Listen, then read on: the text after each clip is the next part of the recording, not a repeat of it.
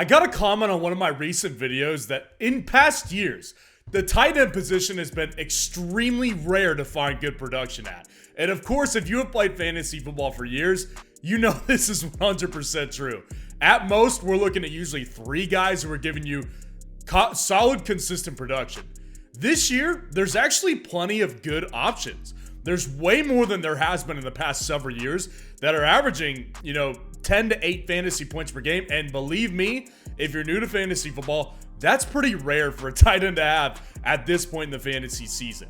And of course, we want to maximize those points in every way possible so you can win a fantasy football championship. So today, I am going through the top 12 tight end rankings for the fantasy football playoffs, guys. And I am still giving away a bunch of free FFN hats here. And all you need to do to qualify to get one for yourself is to go down there, drop a like on the video, subscribe to the channel, and comment your hottest take for your fantasy football playoffs and what players you want the most in your fantasy football playoffs. Let's go ahead and just dive right into it right now.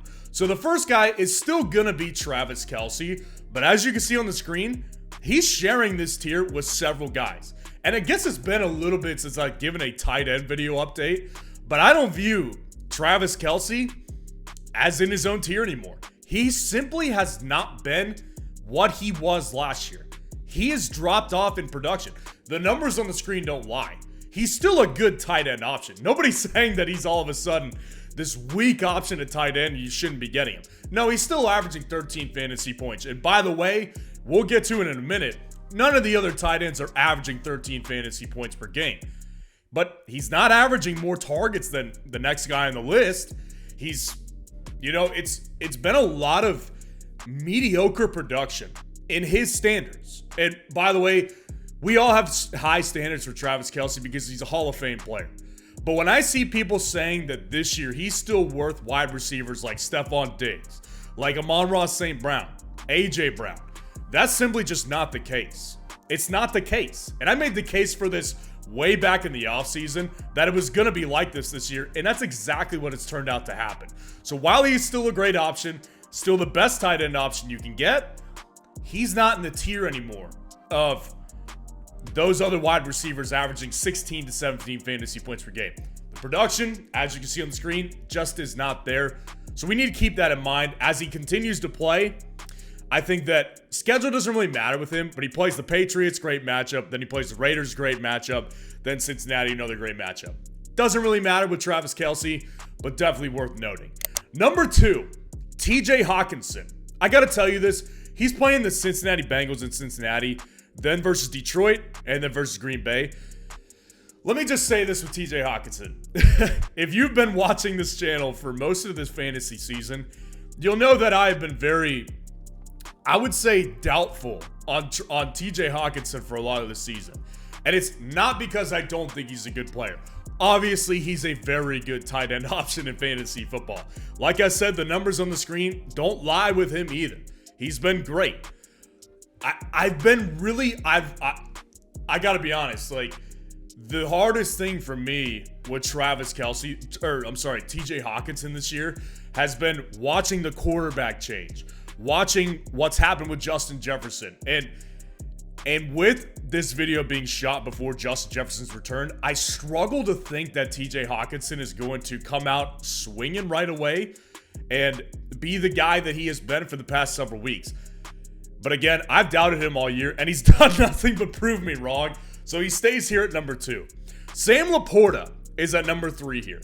And I remember several weeks back getting a couple comments after a bad game that, maybe Sam Laporta, we should trade him away. Maybe we should, even drop him. And it's like, we can't do that, man. Like, the guy has been so good.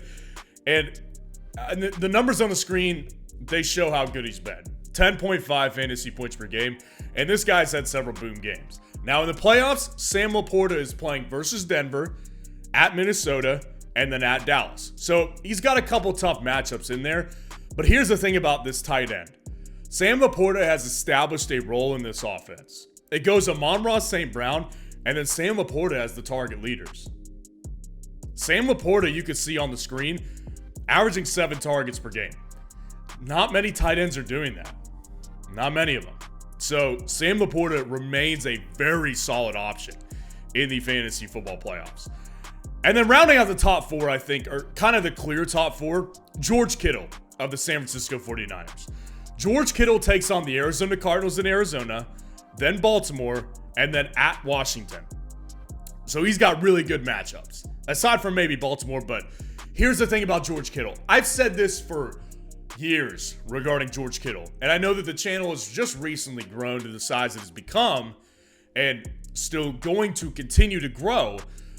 As I continue to grow this channel, it's important to always note that George Kittle is just the type of tight end that he's not going to be as consistent as Travis Kelce, even TJ Hawkinson.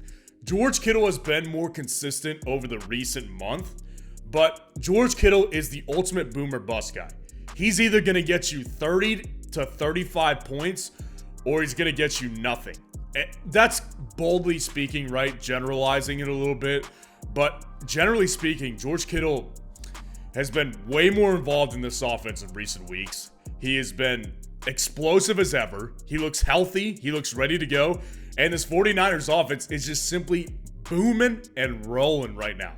So you just got to keep rolling with the tides. Because George Kittle, I would never endorse benching him. He's just a boomer bust guy. And the unfortunate reality is there's a possibility he could bust in the playoffs. But I'll take that chance because I know that his upside is arguably higher than any other tight end on this list. 35 points is seriously in the cards for him, and I don't know if I could say that for any other tight end right now. Trey McBride kicks off the next level of these tight ends. Trey McBride is taking on the San Francisco 49ers, the Chicago Bears, and the Philadelphia Eagles. Not exactly great matchups, aside from maybe Chicago, and he's on it, one of the worst teams in the NFL. Trey McBride has been great. Ever since Zach Ertz went down and they decided to fully commit to Trey McBride, which, by the way, is what they should have done from the original get-go. But Trey McBride has been great. He's been all over the place. He's athletic. He runs good routes. Like, I watched this guy on film, and I'm very impressed with him dating back to his college days. So Trey McBride, the success is not surprising to me. And those numbers are looking low because of the fact that he was healthy for a lot of the season and just wasn't getting playing time. If you've got Trey McBride, feel very fortunate because you picked him up off the waiver wire in all likelihood. And this guy's going to make a real difference for you at the tight end position in the playoffs. Jake Ferguson of the Dallas Cowboys is at number 6. There's a lot of directions I was looking at number 6 here. Jake Ferguson takes on the Buffalo Bills in Buffalo, then he goes to Miami, and then at home against Detroit. 3 straight tough matchups here for Dallas. Here's my reasoning and my argument for Jake Ferguson above the others. Jake Ferguson is very, very interesting because of the fact that this Dallas Cowboys offense is just rolling right now. Everything is clicking for this offense. Over the past 3 weeks, Dak Prescott has honestly played the best football I've ever seen him play in his life. Tony Pollard now getting in the end zone pretty consistently over the past several weeks. CeeDee Lamb crushing it. Brandon Cooks involved. Jake Ferguson just had like a 20-point game in full PPR. This guy is, listen, he may not be the second option. He may not even be the third. But on this explosive of an offense, you want a tight end on this offense. And I think that Jake Ferguson at this point is going to start becoming a very, very high-end option. And the matchups are not great, but I do love the fact that he's just on a terrific team right now that it just totally caught their stride offensively. Perfect timing for the fantasy playoffs. Dalton Kincaid at number 7 here. Dalton Kincaid was very, very tough to rank for multiple reasons. Dalton Kincaid takes on the Dallas Cowboys to kick it off in the playoffs, then the Los Angeles Chargers, and then the New England Patriots. So there's some good matchups in there for him. The matchups are not the problem nor the advantage. The problem that I see for Dalton Schultz is Dawson Knox whenever he returns, if he does.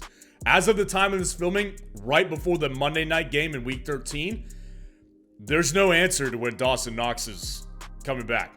I just saw that he got engaged. That doesn't give us an answer of when he's coming back. But that worries me. It does. And I'll tell you why. It's not because Dalton Kincaid has not earned this. He's been better than Dawson Knox. He's totally earned it in the eyes of us as fantasy managers, and I would say in the eyes of just the average football fan. But the Buffalo Bills gave Dawson Knox a contract extension before the season that was a pretty rich amount for a tight end. So I don't think they're just going to put him on the bench. What happens with Dalton Kincaid after that? I don't know. I would assume that Dalton Kincaid doesn't fall out, but I had to drop him. I originally wanted to rank him at 5, but I had to drop him to 7 because of this uncertainty. What if he goes from, 7 targets a game to 3? It's going to affect him somehow. I just don't know exactly how, and that's why I'm playing it safe at 7. Taysom Hill at number 8, and Cole Kmet at number 9. They're so close to me, you don't even think. Like, they're extremely close to me. You can see the numbers on the screen. Like, it obviously doesn't look anything alike. Like, Taysom Hill, 2 targets per game. Cole Kmet over 5 targets per game. Like, it doesn't make sense if you're just looking. If you don't watch football and see what Taysom Hill does, it doesn't make sense, right? Well, Taysom Hill is the ultimate Swiss Army knife in the NFL. Runs routes, catches passes, runs the ball, throws the ball on occasion. This guy can get you points however. And when you look at both of their game logs this year, they've both had relatively the same ceiling, except Taysom Hill has been more consistent. So when they're this close for me. I always say this. When 2 players are this close for me, I have to nitpick. And when I get down to, and I split these hairs, and I say, Cole Kmet, extremely big-time boomer bust guy. Either going to get you 25, or he can get you a goose egg. He's done it. Taysom Hill, most of the time, a low floor like that, but the amount of double-digit games he's had is more consistent, and he gets the ball in more ways than Cole Kmet does. That's why I prefer him over Cole Kmet, but don't get it twisted. They're both boomer bust. They're not steady options. They just provide you higher ceilings than Evan Ingram at number 10. Evan Ingram is above Dalton Schultz, and I'll tell you why. Evan Ingram is probably the ultimate disappointment at the tight end position this year. Like, you can see on the screen, like, he's averaging 7.5 fantasy points per game, which is below Dalton Schultz, below Cole Kmet, below Taysom Hill, below Dalton Kincaid. If you notice, he's the only tight end on this list who hasn't scored a touchdown either. So, like, why is he above Dalton Schultz? 2 reasons right now. Evan Ingram at 7.5 targets per game. He is 4th behind Sam Laporta, TJ Hawkinson, and Travis Kelce in that metric. The involvement every week is ridiculous. That's an important tight end in his offense. Why is it not amounted to any touchdowns? I can't explain that to you. Do I think he will get in the end zone this year? I actually lean on the side of yes. So if he's getting that target share and he gets in the end zone, that's a great fantasy week. It could happen tonight. I'm filming it, like I said, before they take on the Cincinnati Bengals in week 13. Dalton Schultz is injured right now as of the time of this filming. He just missed in week 13. I don't know what the status is. I don't know when he's coming back. That worries me. There's no question that he's involved in this offense. He's in a high-octane offense that's capable of scoring, and he's gotten 5 touchdowns this year. I like Dalton Schultz. I wish I had more clarity on what exactly his situation was before I made this video, because that would have given me a definite. If he was healthy and I knew it, he would be above Evan Ingram. He would be above Cole Kmet and Taysom Hill. But I can't do that right now since I don't know how healthy he is. And then David Njoku rounding it out at number 12. David Njoku of the Cleveland Browns just is in the worst situation of the bunch. Even worse than Trey McBride, because of the fact that at least with Trey McBride, you know he's got Kyler Murray. Like, that's the thing, is once Kyler Murray came back, Trey McBride saw his target share just go up, and it has stayed there. So David Njoku, coming off filming this after week 13, didn't get much work with Joe Flacco. What do they do moving forward? I would assume they go back to Dorian Thompson-Robinson, but I honestly don't know. Dorian Thompson-Robinson hasn't been good. What happens? Again, the tight end position, once you get past, I would say rank 4, becomes unstable. Once you get past 10, that's where we get into, we're going to take some shots territory. David Njoku falls in that because while he is risky, he has done very well in a lot of games this year. So, am I willing to take the risk? Absolutely, but not over any of the guys in front of him. So let me know what you think of the rankings in the comments below and what questions you need answered for your fantasy football playoffs. And if you want to see the top 12 defense rankings for your fantasy football playoffs, click on this video right here.